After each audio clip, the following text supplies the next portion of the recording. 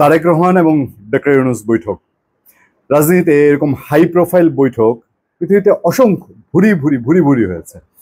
আর বাংলাদেশে যদি বলেন, এই বাংলাদেশে এই ধরনের হাই প্রোফাইল বৈঠক স্বাধীনতা উত্তর মানে মুক্তিযুদ্ধের সময়কালে এই বৈঠক হওয়া না হওয়া, আপনার বঙ্গবন্ধু শেখ মুজিবুর রহমানের সাথে ইয়াহিয়া খান, অথবা ধরেন ৭১-৭০ নির্বাচনের পরে পাকিস্তানের সাথে বৈঠক হবে হবে না, আচ্ছা সেগুলো না হয় অনেক পুরনো আলাপ। একদম খুব রিসেন্টলি যদি বলি, রিসেন্ট বলতে ৯০-এর পরবর্তী সময়ে বেগম খালেদা জিয়া, তার শেখ হাসিনা, তাদের মধ্যে বৈঠক, এগুলো নিয়ে অনেক আলাপ আলোচনা হতো। ৮০-র দশকে এরশাদের সময় সে ধরনের বৈঠক নিয়ে কথাবার্তা হতো। বাংলাদেশে আর একটা সিগনিফিক্যান্ট বৈঠক ছিল, সেটা হলো বিএনপির সাবেক মহাসচিব আব্দুল মান্নান ভূঁইয়া এবং আওয়ামী লীগের সাধারণ সম্পাদক আব্দুল জলিলের বৈঠক। ব্যাপক হুলস্থুল সারা দেশব্যাপী সেই বৈঠক নিয়ে, একদম মানে সারা বাংলাদেশের মানুষের চোখ ছিল সেই বৈঠকে। সেই বৈঠকটা ফেল করেছিল। তারপর আরো একটি আলোচিত সেই লেভেলে বৈঠক হয়েছিল বেগম খালেদা জিয়া এবং শেখ হাসিনা বৈঠক, আর হয়নি। বাংলাদেশের মানুষ ত্রাহি ত্রাহি করতো যে এই দুই নেত্রী যদি একসাথে এক টেবিলে বসতো না, তাহলে দেশের অনেক সমস্যার সমাধান হয়ে যেত। সেই দিন গত হয়ে গেছে।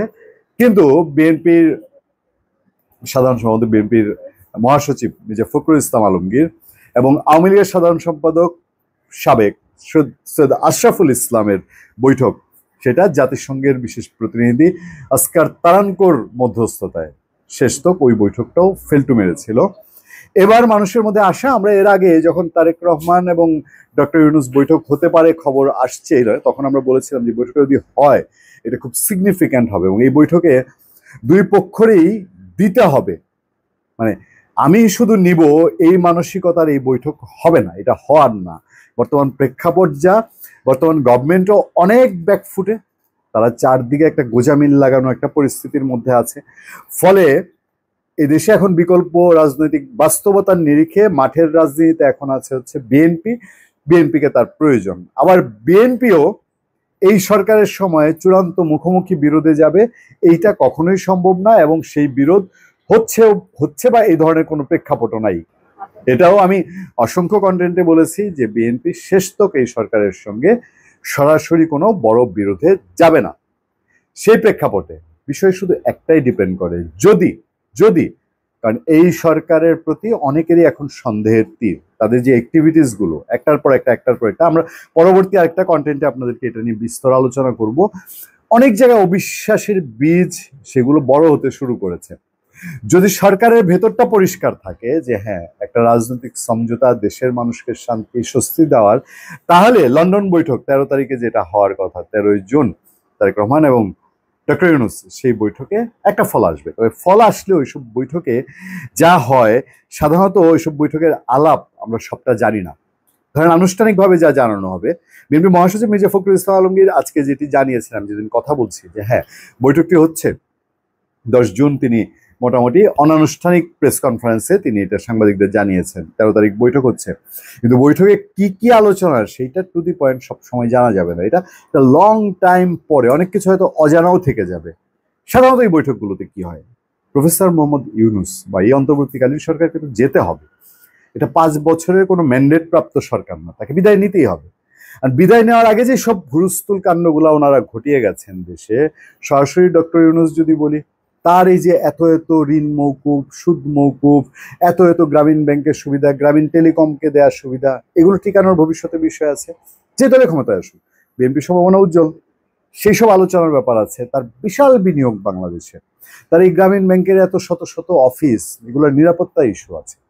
তারপর উনি যাদেরকে বলা হয় স্নেহধন্য, পেট্রোনাইজ করেছেন, এনসিপি বলি, সমন্বয়ক বলি, এরা যে মাঠে ঘাটে বিভিন্ন জায়গায় বিভিন্ন অপকর্ম করেছে, ডিসি নিয়োগে নাক বলিয়েছে, ডিসি অফিসে ছড়ি ঘুরিয়েছে, উপজেলা অফিসে, ইউনিয়ন অফিসে ঘুরিয়েছে এবং যে মব সংস্কৃতি একটা চালু করে অন্যায় অবিচার তৈরি করেছে, এগুলোর একটা সেফটি সিকিউরিটি বলি, আর সোজা বাংলায় যদি বলি এক্সিটের বিষয় আছে না। তো আমি বলছি না যে ডক্টর ইউনূসের সাথে তারেক রহমানের বৈঠকে এইসব নিয়ে আলোচনা হবে, তবে এই বিষয়গুলো কি প্রাসঙ্গিক কিনা, যে এই দুইজন যখন কথা বলবেন, ডক্টর ইউনূসের ঘাড়ে তো এই চিন্তা আছে, তাকে তো এই দেশে তাকে যারা বসিয়েছে বলেন, তাদের কিছু একটা পরামর্শ নিয়ে যেতে হয়েছে না, বা গিয়ে পরামর্শ করতে হয়েছে না। আর ওই যে আবার বললাম যে তারেক রহমানকে বা বিএনপিকে আরো কোণঠাসা সামনে করতে হবে, সেই মানসিকতা থাকলে ভিন্ন বিষয়। আর যদি সেটা না হয়, তাহলে তারেক রহমানের কাছ থেকে সামনে কি কি পেতে পারি। এই যে সংস্কার নামে একটা লাড্ডু, এই সংস্কার নামে লাড্ডু যদি তারেক রহমান ব্ল্যাঙ্ক চেক না দেন যে ঠিক আছে তার দল ক্ষমতায় গেলে যা যা সংস্কার আগামী কয়দিনে হবে সেগুলো ক্ষমতায় গেলে তারা মেনে নেবেন।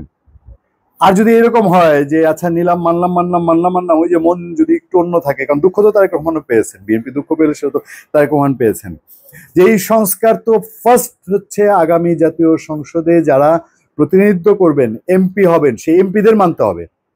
তারা কি মানবেন? তারা যদি না মানেন, আজকের যে মেন্টালিটি আছে বিএনপির, আজকে যে সিচুয়েশন আছে, যেই কোণঠাসা একটা অবস্থা তাদেরকে ফেলা হয়েছে, তাদেরকে অনেক ক্ষেত্রে মূল্যহীন করা হয়েছে, অনেককে পাত্তা না দেওয়ার মতন অবস্থা তৈরি করা হয়েছে, এইসব বিষয় কি ওই বৈঠকে আলোচনা হবে? শেষ তো শুধু মনে করিয়ে দিই, বিএনপির মহাসচিব মির্জা ফখরুল ইসলাম আলমগীর তিনি একটা প্রেস কনফারেন্সে বলছেন, ইউনূস যুক্তরাজ্যে সফরের ঘোষণা আসার পর থেকে তারেকের সঙ্গে বৈঠকের সম্ভাবনা নিয়ে রাজনীতি অঙ্গনে আলোচনা চলছিল এবং যুক্তরাজ্য সফররত প্রধান উপদেষ্টা মোহাম্মদ ইউনূস লন্ডনে বিএনপি ভারপ্রাপ্ত চেয়ারম্যান তারেক রহমানের সঙ্গে বৈঠকে বসতে যাচ্ছেন। শুক্রবার স্থানীয় সময়ে 9টা থেকে 11টার মধ্যে এই বৈঠক হবে বলে বিএনপি মহাসচিব মির্জা ফখরুল ইসলাম আলমগীর জানিয়েছেন। তিনি বলছেন, প্রধান উপদেষ্টা আমাদের ভারপ্রাপ্ত চেয়ারম্যানকে আমন্ত্রণ জানিয়েছেন, তিনি যে হোটেলে উঠেছেন সেখানেই বৈঠক হবে। ইউনূসের যুক্তরাজ্য সফরের ঘোষণা আসার পর থেকেই তারেকের সঙ্গে বৈঠকের সম্ভাবনা নিয়ে রাজনীতি অঙ্গনে আলোচনা চলছিল, যদিও প্রধান উপদেষ্টা আনুষ্ঠানিক সফরসূচিতে বৈঠকের বিষয়টি ছিল না। পররাষ্ট্র সচিব রুহুল আলম সিদ্দিক তিনি এর মধ্যে কথা বলেছেন। মির্জা ফখরুল ইসলাম আলমগীর একটা জায়গায় বলেছেন যে এই ক্ষেত্রে এটা রাজনীতির জন্য একটা বড় সমীকরণ হবে, একটা টার্নিং পয়েন্ট হবে, নিশ্চিতভাবেই তাই। বলা হচ্ছে 2008 সালে জরুরি অবস্থার সময় কারামুক্ত হয়ে সপরিবারে লন্ডনে চলে যান বিএনপির চেয়ারপারসন খালেদা জিয়ার বড় ছেলে তারেক। আওয়ামী লীগের সময় তার অনুপস্থিতিতে 5 মামলায় তাকে সাজা দেওয়া হয়, দায়ের করা হয় শতাধিক মামলা। আদালতের চোখে তিনি হয়ে যান পলাতক আসামি, এমনকি তার বক্তব্য বিবৃতি প্রচারের নিষেধাজ্ঞা আসে। এর মধ্যে পাসপোর্টের মেয়াদ ফুরিয়ে যাওয়ায় তারেককে যুক্তরাষ্ট্রের রাজনৈতিক আশ্রয় নিতে হয়। ছোট ভাই আরাফাত রহমান কোকো তিনি মারা গিয়েছিলেন এবং এর মধ্যে মামলা টামলাগুলো প্রত্যাহার হয়েছে, এরকম ব্যাকগ্রাউন্ড পত্র পত্রিকায় আছে। সেই ক্ষেত্রে এই যে বৈঠক, এই যে রাজনৈতিক টার্নিং কিছু একটা হবে, সেই টার্নিংটা কি হতে পারে, এই রকমের একটা ধারণা পত্রপত্রিকায় আছে। সেই ধারণাটা দিয়ে আজকে শেষ করতে চাই। লন্ডন সাক্ষাতে ইউনূসকে ফেব্রুয়ারির মধ্যে নির্বাচনের প্রস্তাব দিতে পারেন তারেক। সেটা কেমন? পত্রপত্রিকার রিপোর্ট, সেটা আমি একটুখানি আমার চোখে পড়েছে, আমার মনে হলো যে এটা শেয়ার করা দরকার, হলেও হতে পারে। ওই যে বলছি, দুপক্ষকেই কিছু ছাড় দিতে হবে। বাংলাদেশে অন্তর্বর্তী সরকারের প্রধান উপদেষ্টা মোহাম্মদ ইউনূসের সঙ্গে দেখা করবেন বিএনপি ভারপ্রাপ্ত চেয়ারম্যান 13ই জুন। বৈঠক সূত্র বলছে আগামী বছরের এপ্রিলের তারেক রহমান ও ইউনূসকে নিয়ে গুরুত্বপূর্ণ তথ্য দিল আতিক রহমান পূর্ণিয়া। সেখানে সিদ্ধান্ত হয় প্রধান উপদেষ্টা লন্ডন সফরকালে তার সঙ্গে দেখা করবেন তারেক রহমান। তারা বৈঠকের সূত্র নাম প্রকাশ না করার সূত্রে সাক্ষাৎকালে জাতীয় নির্বাচন উপযোগী সময় নিয়ে বিএনপির পক্ষ থেকে প্রস্তাব উত্থাপন করবেন তারেক। এর সময়টা আগামী বছরের ফেব্রুয়ারি পর্যন্ত হতে পারে, মানে রোজার আগে নির্বাচন। বিএনপি যেগুলো বলছে, তার যারা সাথে সহদল আছে তারা যেটা বলছে যে রোজার মধ্যে ক্যাম্পিং করে রোজার পরে নির্বাচনটা জটিল। দেখা যাক, সবকিছুই এখনো ভাসমান একটা অবস্থা। বৈঠকের পর নিশ্চয়ই একটা কনক্রিট সূত্রে জানা যাবে।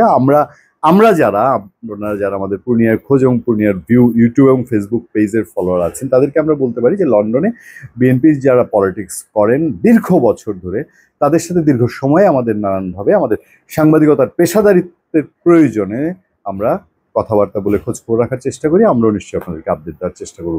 ভালো থাকবেন, সুস্থ থাকবেন, সত্য, করুণা এবং সহনশীলতার সাথে আপনার সাথে আমি আতিক রহমান পূর্ণিয়া।